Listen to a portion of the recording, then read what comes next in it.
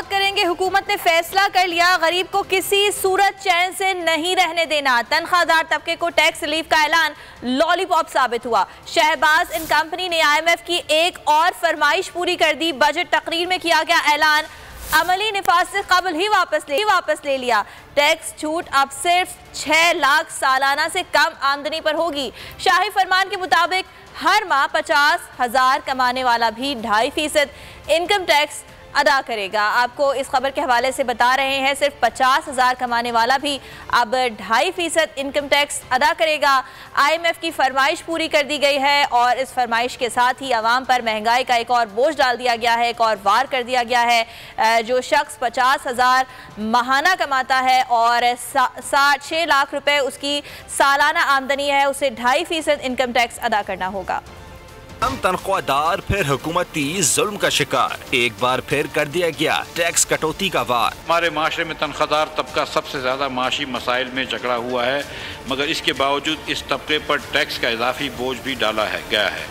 लिहाजा हमारी हुकूमत ने तनख्वाहदार तबके की माशी परेशानियों का इजाला करने के लिए टैक्स छूट की मौजूदा हद 6 लाख रुपए से बढ़ाकर 12 लाख रुपए करने की तजवीज़ की है। सैलरी पर्सन्स को दिया गया लॉलीपॉप मुंह तक जाने से कबल ही छिन गया। पहली बार लाख से कम आमदनी पर टैक्स छूट का ऐलान किया, फिर खुद ही यू टर्न ले लिया। सराय के मुताबिक गरीब पर नया जुल्म IMF की फरमाइश पर किया गया।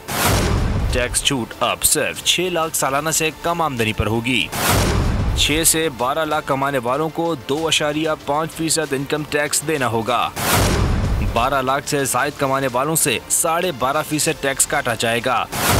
24 से 36 लाख आमदन पर 1,65,000 फिक्स। 24 लाख से ऊपर 20% इनकम टैक्स होगा। 36 से 60 लाख कमाने वाले 4,05,000 रुपए देंगे। 60 लाख से 1,20,00,000 पर 10,05,000 लिया जाएगा। 12%। मतलब 1 लाख से 2 लाख की जो तनख्वाह वाले लोग थे, पहले तो वो 5% टैक्स दे रहे थे, अब उनका 12% हो जाएगा। पहले वो छोटे छोटे ब्रैकेट्स थे, 7.5 और ऐसा 10 था। 5 से 50,000 रुपए के ब्रैकेट थे, अब बड़े ब्रैकेट। 12% उनकी तनख्वाह पर होगा। अब मेरे ख्याल से 1 से 3 लाख का एक ही ब्रैकेट है। ये भी हम मिडिल क्लास नहीं कह सकते, लोअर मिडिल क्लास ही हुआ ना। लाख रुपए पाकिस्तान के अंदर ये मिडिल क्लास होती है। हुक्काम के मुताबिक नए टैक्स की शरह का निफास 1 जुलाई से होगा। बेहिसी कहें या ढिठाई, मिफ्ता इस्माइल अवाम के जख्मों पर नमक पाशी में तमाम हदें पार कर गए। पहले अवाम को महंगाई के दलदल में फंसाया, फिर पार्लियामेंट के फ्लोर पर ही उनका मजाक उड़ाया। बोले हमने पेट्रोल डीजल महंगा किया, मगर अवाम बाहर नहीं आए। मुश्किल हालात में PTI छोड़ के गई थी, इससे ज्यादा खस्ता मुल्क के हालात मैंने नहीं देखे। जो पाकिस्तान की आवाम ने साथ दिया है कि जब हमने इतना पेट्रोल महंगा किया, और मैं मानता हूँ कि महंगा किया, जब हमने इतना डीजल महंगा किया, उसके बाद उनको वरगलाने के बाद, उनको उकसाने के बाद कोई आदमी बाहर नहीं आया। हुकूमत का एक और अवाम दुश्मन इकदाम, महंगाई का सुपरसोनिक मिसाइल चला दिया। 13 बड़ी सनतों पर 10% सुपर टैक्स थोप दिया। शहबाज शरीफ ने महंगाई की आग भड़काकर महंगाई पर कंट्रोल करने का दावा भी कर दिया। मिफ्ता इस्माइल बोले अमीरों पर टैक्स लगाया महंगाई नहीं बढ़ेगी। तहरीक इंसाफ ने सुपर टैक्स मुस्तरद कर दिया। असद उमर ने टैक्स को खतरनाक हमला करार दे दिया। सवाल किया, क्या कपड़े बेचकर महंगाई के खात्मे का मंसूबा खत्म हो गया? शौकत तरीन ने सनतों की बंदिश और बेरोजगारी में इजाफे का खदशा जाहिर कर दिया। महंगाई का सुपर ओवर, अवाम ताजे सनत का सब क्लीन बोर्ड वही के दलदल में धकेल दिया। 13 बड़ी सनतों पर 10% सुपर टैक्स थोप दिया। Super tax textile, cement, steel, कपड़े, चीनी, बैंक खदमात और दीगर पर नाफिज होगा। आज ये फैसला किया गया है कि बड़ी सनतों पर फिलहाल 10% सुपर टैक्स यानी पॉवर्टी एलिविएशन टैक्स, गुर्बत को कम करने का हम टैक्स लगा रहे हैं। टैक्स अमीरों पर लगाया, महंगाई नहीं बढ़ेगी, रेवेन्यू आएगा। मिफ्ता इस्माइल सुपर टैक्स पर अजीब मंतक ले आए। अमीर तरीन लोगों के ऊपर और कंपनियों के ऊपर टैक्स लगाए। मैंने अपने वजीर आजम के बेटों की कंपनियों के ऊपर भी ज्यादा टैक्स लगाया, और इससे इन्फ्लेशन नहीं बढ़ेगा। मिफ्ता के सुपर हमले पर तहरीक इंसाफ चुप न रही। असद उमर ने हुकूमत को आड़े हाथों ले लिया। आटा महंगा, चीनी महंगी, घी महंगा, ये सब, और आज सैकड़ों अरबों रुपए के और टैक्स लगाने के बाद आज भी वो ये फरमा रहे हैं कि अगर IMF ने कोई नया मुतालबा ना किया तो फिर हमारा मायदा हो जाएगा। बहुत सादा अल्फाज में IMF ने इनको लम्हा पा दिया। साबिक वजीर खारजा शौकत तरीन बोले सनतें बंद हो जाएंगी, बेरोजगारी बढ़ेगी। आपकी अभी फैक्ट्रियां बंद होना शुरू हो गई। मुझे इतला मिली है कि मोबाइल की कंपनियां जो हैं उन्होंने प्रोडक्शन बंद कर दिया।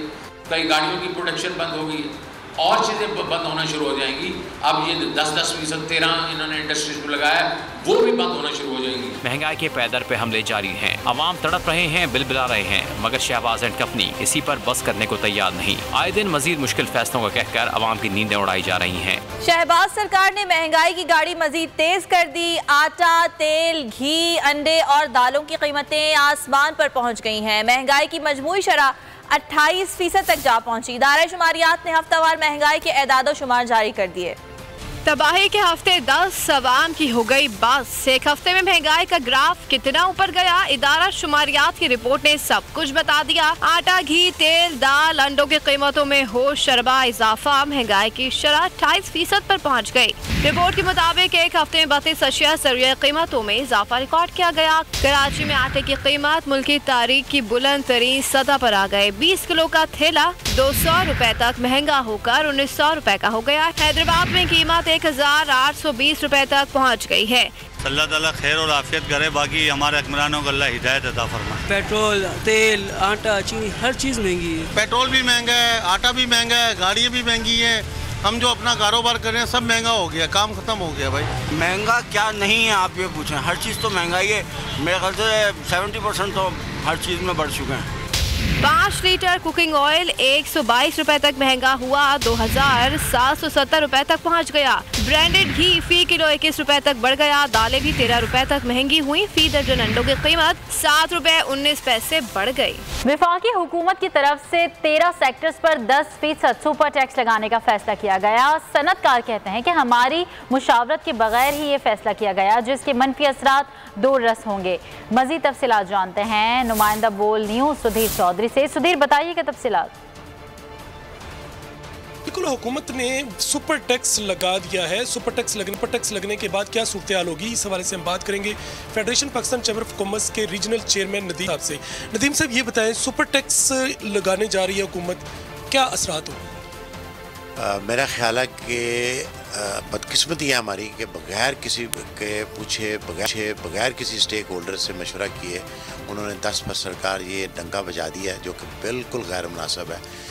ये मैं समझता हूँ कि आपके तो ऑलरेडी आपकी बिजली महंगी, कैबर जहाँ चला गया, उसके बाद आपका फ्यूल कहाँ चला गया।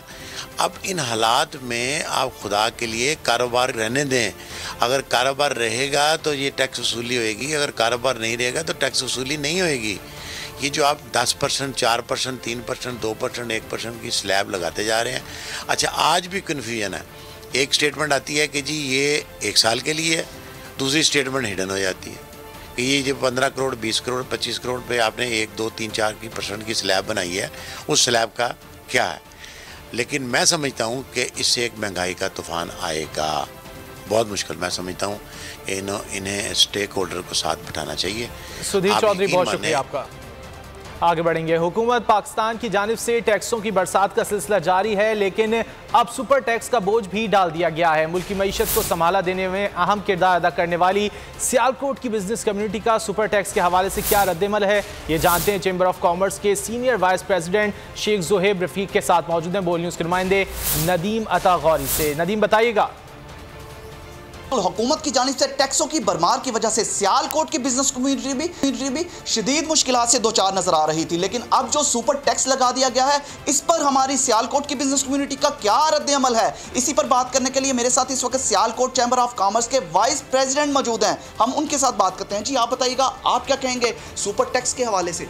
जी देखें, गवर्नमेंट ने जो 4% एडिशनल सुपर टैक्स लगाया है, तो ऑलरेडी हम नेट इनकम पे 29% टैक्स दे रहे हैं, जो कि भर के 33% हो गया है।